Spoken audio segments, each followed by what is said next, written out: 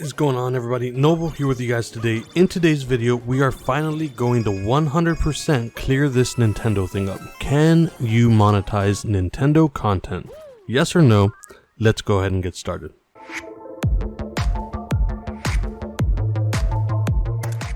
Alright, so we all know that creating original, entertaining content for YouTube and Twitch is hard enough as it is, but whenever it comes to creating Nintendo-related content, things have been even more complicated in the past. So much so that I still see plenty of people worried about whether or not they should even consider making the content they're so passionate about. In this post, I hope to put all your worries to rest, but before we start, I should probably give you guys a little bit of a backstory so that you know where the confusion comes from. If you're a Nintendo fan, you've likely seen how protective the company is over all of its intellectual properties. You've probably heard of one or more fan-made Nintendo games that are there one day and pulled from existence the next. Likewise, in the past, Nintendo was notorious for spamming copyright claims all over YouTube, no matter what types of videos they were. And that's where the initial fear comes from. Although copyright claims are nothing to worry about, people often confuse copyright claims with copyright strikes, which are 100% not the same. I can cover the difference between claims and strikes in a separate post. If you guys want, just let me know, drop a comment down below, and I'll be sure to go ahead and address that. Because Nintendo was sending out those claims, they got a pretty bad reputation for claiming content that they had no part in making. And because some creators are all high and mighty, they felt as though Nintendo was just cashing in on their work in order to make a few extra bucks. Now, let me be 100% absolutely clear here. Nintendo, and any other game publisher for that matter, is well within their rights to claim any content that they hold the intellectual property for. It's kind of a sad fact, but that's just how the law works. Fortunately for us creators, most publishers choose to allow us to create and monetize content based on their IP. In that way, their games get shared, which could lead to more sales for them, and we have a chance to monetize the content that we love to make. Gamers eventually complained so much that Nintendo eventually created their own Nintendo Partner Program, which I'll leave a link to in the description if you guys want to go ahead and check that out. Even that wasn't enough, belonging to the Nintendo Partner Program meant that Nintendo itself would be able to claim part of the ad revenue and then share what little was left with the creator.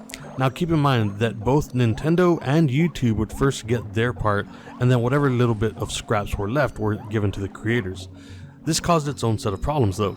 Aside from getting a cut from the revenue from independent creators, any game reviewer or influencer giving codes for Nintendo games also had to be part of the program, which meant that Nintendo would make a cut from all the games that they sent out for review and for streaming purposes. And that was a little bit shady to say the least. Finally, Nintendo voluntarily shut down the Nintendo Partner Program back in December of 2018, and people kind of had no idea what to do. Should they risk making content now that the Partner Program was gone?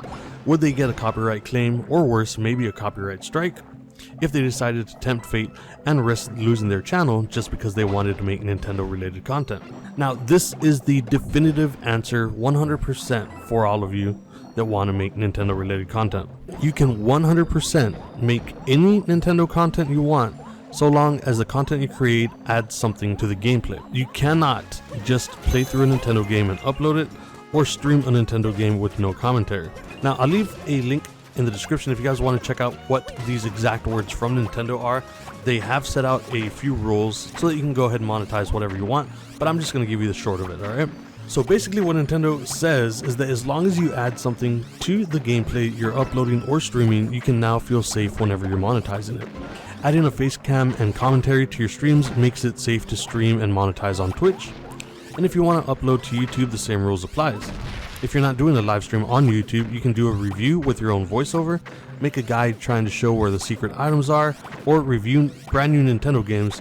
Just upload something that is more than just gameplay, and you are 100% safe to make Nintendo content. Now, the whole reason that I made this post is because I have a video on my channel that's actually gotten quite a bit of views that was detailing things before the Nintendo Creator Program. And that's a few years old now, but I still see people complaining and wondering whether or not it's safe to make Nintendo content. So hopefully this kind of fleshes things out and tells you exactly what it is that you guys need to know.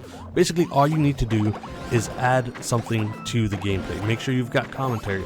Make sure you've got a face cam. If you're streaming, make sure you're not quiet for very long.